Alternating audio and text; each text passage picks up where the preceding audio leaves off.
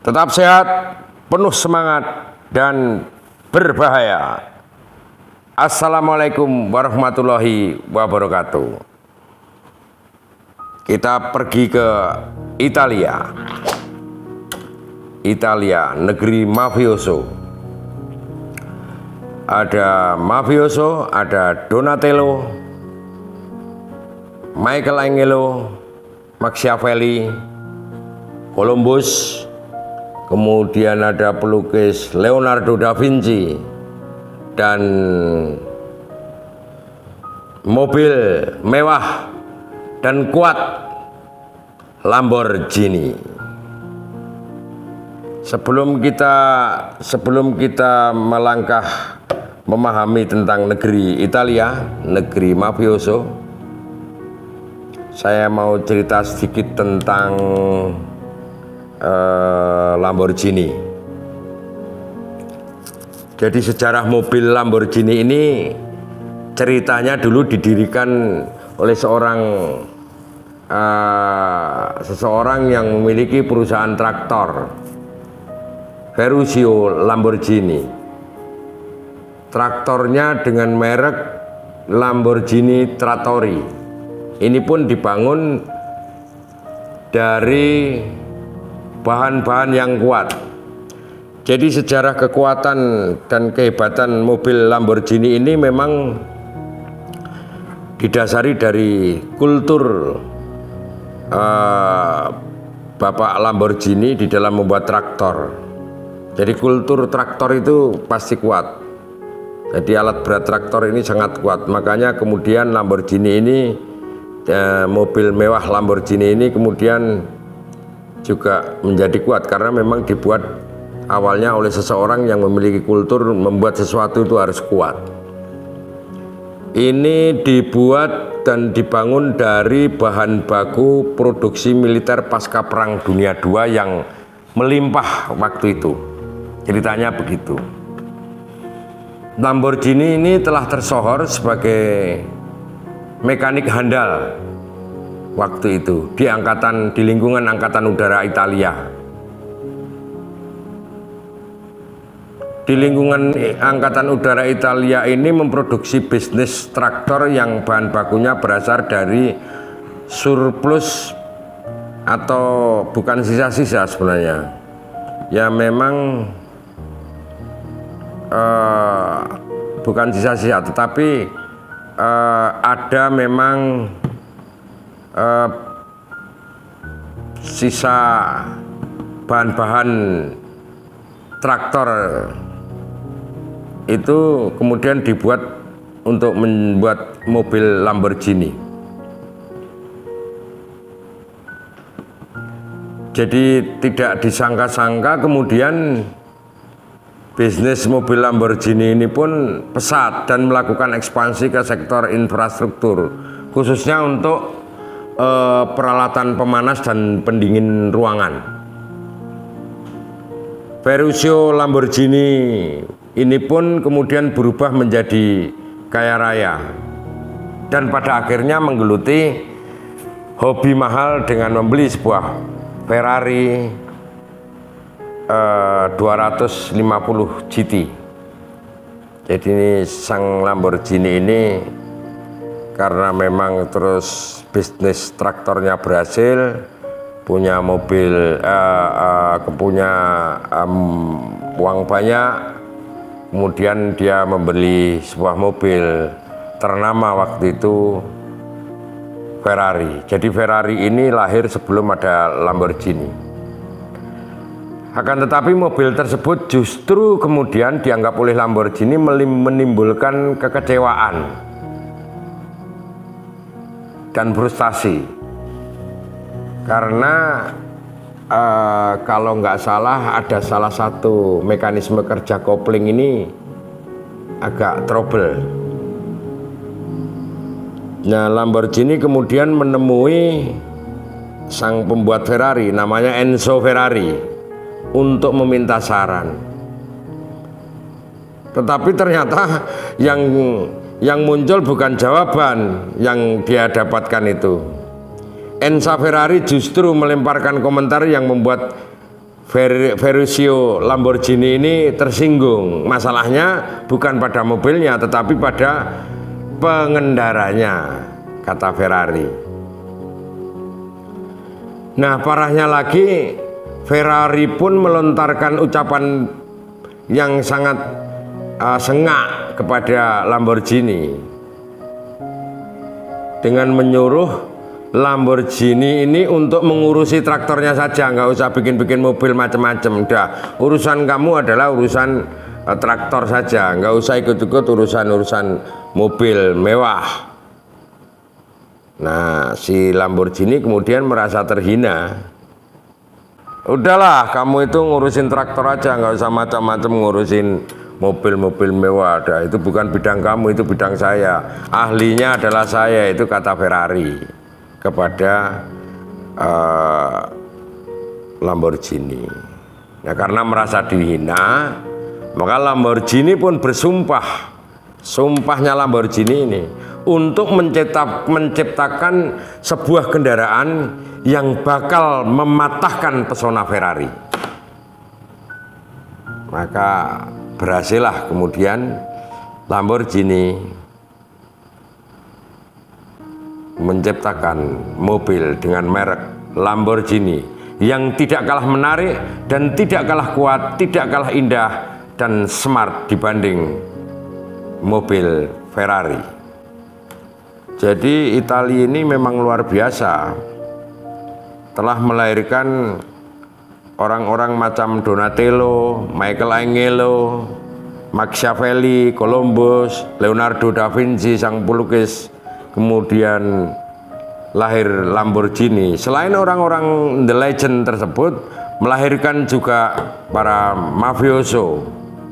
Jadi Italia sangat luar biasa. Italia yang kita kenal sekarang ini memiliki nama resmi Repubblica Italiana. Jadi ini sebuah negara, satu negara kesatuan republik parlementer di bagian Eropa yang terletak di jantung Laut Mediterania.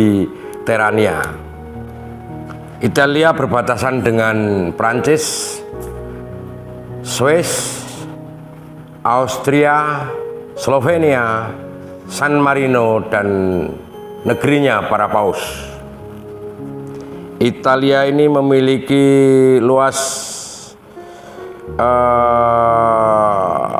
luasan yang tidak begitu luas, tidak begitu besar sebagaimana di Republik Indonesia.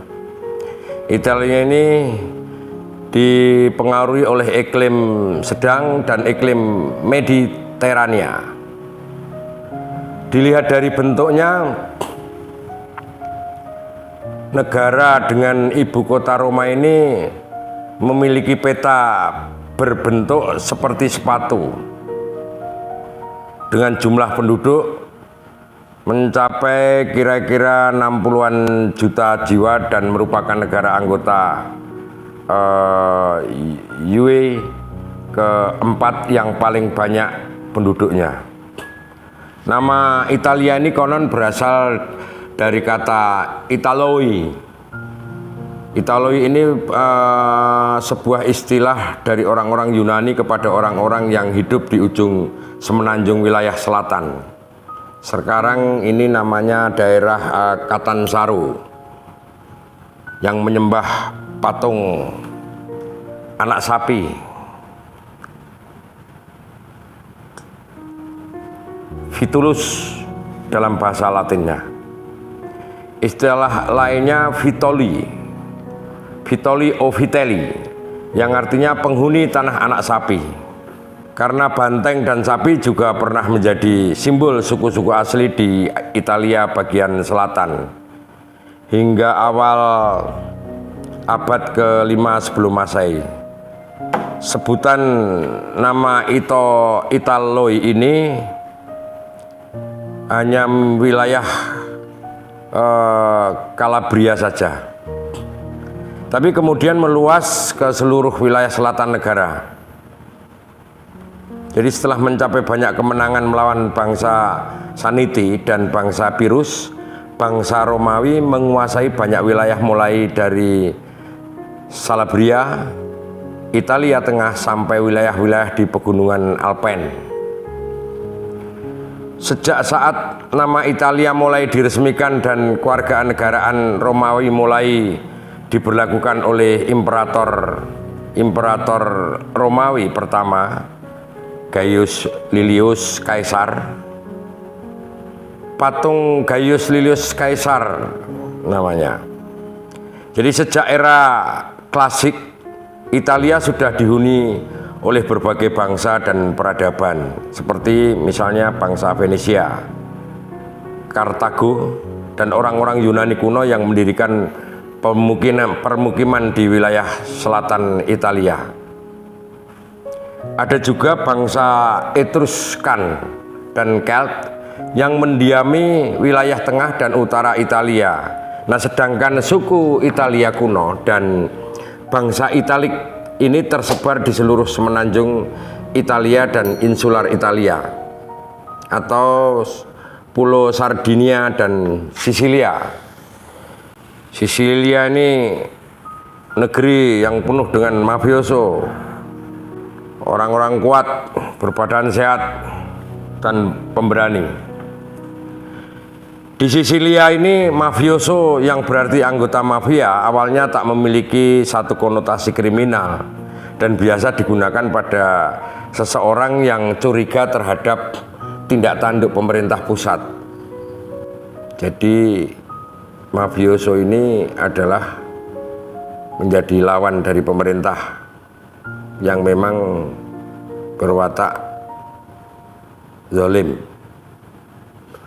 Namun seiring berjalannya waktu, kelompok mafioso ini berubah fungsi menjadi tentara swasta atau mafia yang kerap memeras pejabat hingga konglomerat pemilik tanah dengan menuntut uang sebagai jaminan keamanan.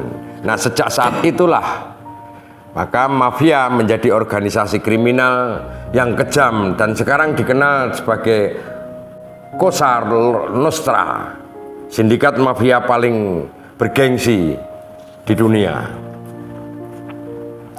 Cosa Nostra atau mafia Sisilia bisa dibilang pelopor mafia di dunia yang terbentuk berdasarkan klan keluarga. Jadi ada kelompok-kelompok mafioso, jadi ini dari satu komunitas keluarga kemudian membentuk satu kelompok bandit mungkin. Karena itu mafia ini identik dengan kesetiaan para anggotanya terhadap organisasi. Jadi mereka sangat setia terhadap organisasinya. Mereka sangat setia kepada konstitusi yang diatur oleh organisasi mafioso itu tadi. Sanksi berat hingga nyawa jadi taruhan jika ada oknum yang ketahuan membangkang apalagi berkhianat kepada organisasinya. Nah, kemudian sementara itu tujuan utama mafia ini beroperasi mencari uang dan kekuasaan. Mafia ini kerap didefinisikan sebagai pemberontak atau kelompok yang anti negara. Nah, padahal mafia pada umumnya beroperasi di dalam sebuah negara dengan pemerintah yang sah.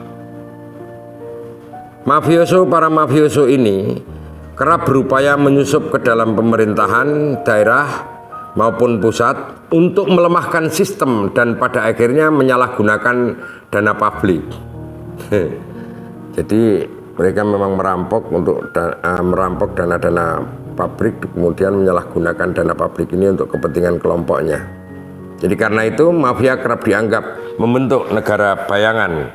Jadi kekuatan mafioso di Italia ini sudah seperti negara, bahkan mereka semacam menjadi negara bayangan, negara di dalam negara, Politbiro.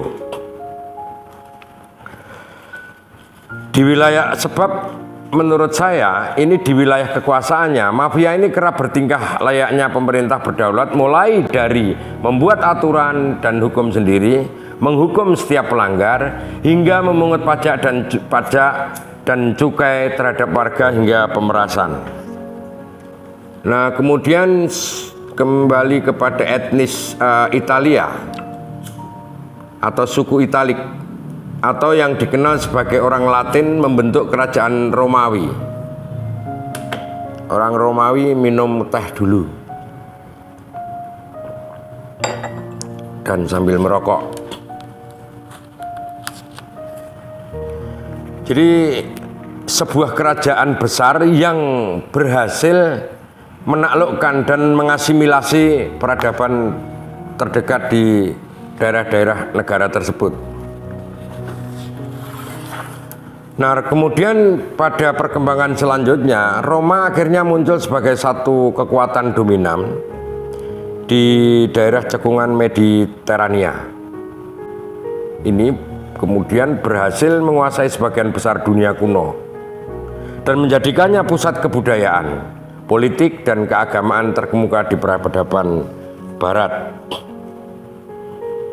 Jadi kultur masyarakat mafioso ini kemudian sudah menjadi semacam kebudayaan atau kultur politik, sosiopolitik, dan sebagainya.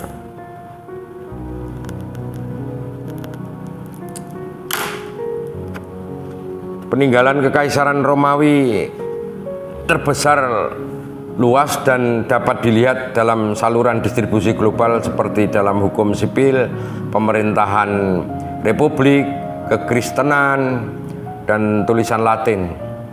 Nah, suku-suku kuno Italia itu juga termasuk bagiannya.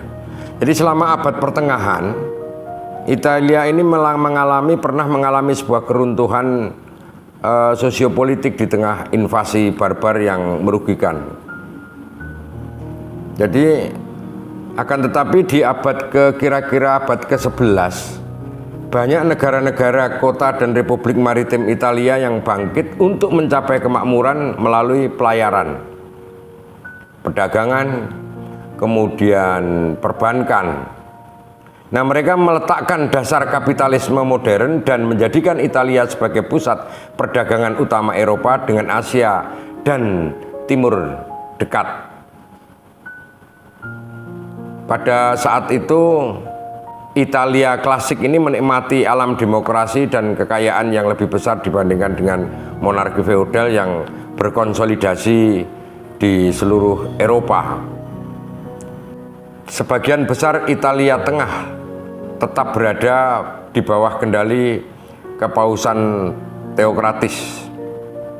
Akan tetapi sampai abad kira-kira ke-19, 1900-an sekian lah, di Italia Selatan sistem feodal masih berjalan akibat hasil suksesi penaklukan Bizantium, Arab, Norman, Spanyol, dan Bourbon di wilayah tersebut.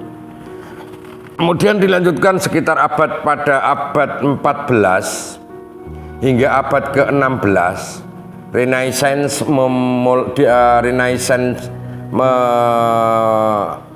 dimulai dari Italia, terutama di kota Florence, kemudian menyebar ke seluruh Eropa.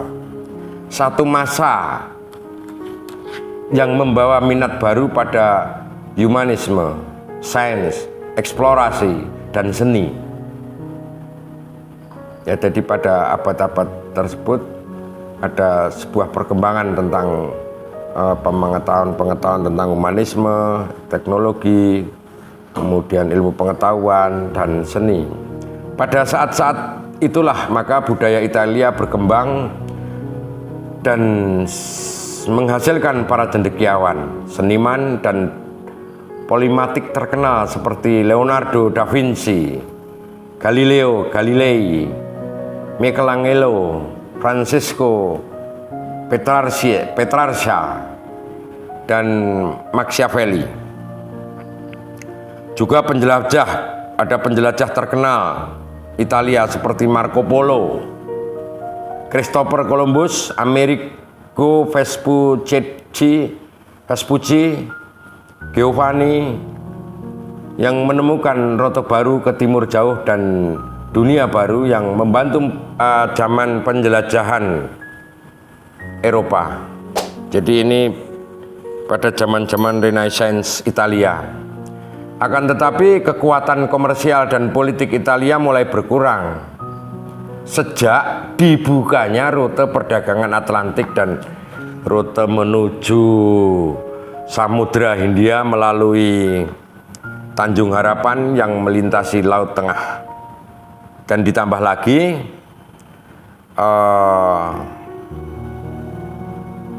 negara-negara kota Italia terus terlibat dalam peperangan berdarah. Puncak perang Italia ini terjadi pada abad kira-kira sekitar abad 15 dan 16 yang akhirnya membuat mereka kelelahan tanpa ada yang muncul sebagai kekuatan dominan. Nah, ini berakibat pada melemahnya penguasa. Banyak wilayah Italia menjadi korban penaklukan kekuatan Eropa. Lainnya seperti Prancis, Spanyol, Austria. Pada pertengahan abad ke-19 muncul sebuah gerakan untuk mendukung nasionalisme dan kemerdekaan Italia dari kontrol asing. Gerakan ini kemudian menyebabkan pergolakan politik revolusioner yang disebut Risorgimento untuk menyatukan negara-negara di Italia. Nah, setelah berbagai usaha yang dilakukan gagal, akhirnya perang kemerdekaan Italia dan ekspedisi 1000 berhasil menyatukan negara-negara di Italia pada tahun kira-kira sebelum abad ke-19. Dan sekarang menjadi sebuah kekuatan besar setelah berabad-abad didominasi kekuasaan asing. Risorgimento Italia. Nah, di akhir abad ke-19 dan awal abad ke-20, kerajaan baru Italia dengan cepat melakukan industrialisasi, terutama di wilayah utara dan kolonial kerajaan. Sementara di wilayah selatan sebagian besar rakyat Italia masih miskin dan dikecualikan dari industrialisasi sehingga memicu semacam diaspora besar dan kesenjangan yang sangat berpengaruh pada Italia. Akan tetapi meskipun menjadi salah satu pemeran utama dalam Perang Dunia Pertama, Italia ini mengalami masa krisis ekonomi dan kekacauan sosial yang mengarah pada munculnya kediktatoran fasis pada tahun 1920-an. Partisipasi selanjutnya dalam Perang Dunia Kedua juga berakhir dengan kekalahan militer Italia, kemudian penghancuran ekonomi dan perang sipil Italia.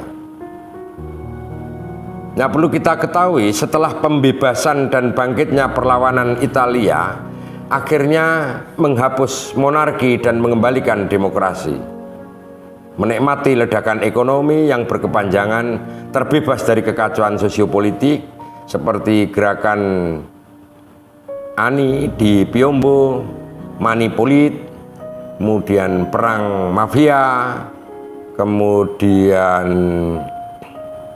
pembunuhan para pejabat anti mafia, dan menjadi negara maju utama. Kata Venesi, Italia saat ini, Italia modern memiliki ekonomi terbesar ketiga di zona Euro dan ke-8 terbesar di dunia. Jadi perkembangannya sangat pesat. Ini memiliki tingkat perkembangan manusia yang sangat tinggi dan berada di peringkat ke-6 dunia untuk harapan hidup manusia. Teman-teman sekalian, jadi negara ini berperan penting dalam urusan ekonomi, urusan militer, kemudian urusan budaya dan diplomatik regional maupun global. Italia juga menjadi salah satu negara pendiri dan anggota terkemuka Uni Eropa dan anggota berbagai lembaga internasional seperti PBB, NATO, WTO, G20, G7, G8, dan Uni Mediterania, kemudian Majelis Eropa, Uniting for Consensus, dan masih banyak lagi. Situasi dan kondisi dunia yang berubah dengan cepat. Hingga saat ini Italia modern juga harus terus berjuang supaya tidak tertinggal dari negara-negara maju lainnya. Mereka mencita-citakan seperti itu. Namun dari kekayaan budayanya, Italia modern menjadi rumah yang ramah bagi lebih dari 50-an situs warisan dunia dan negara yang paling banyak dikunjungi kelima di dunia. Arrivederci. Tetap sehat, penuh semangat, dan berbahaya. Assalamualaikum warahmatullahi wabarakatuh.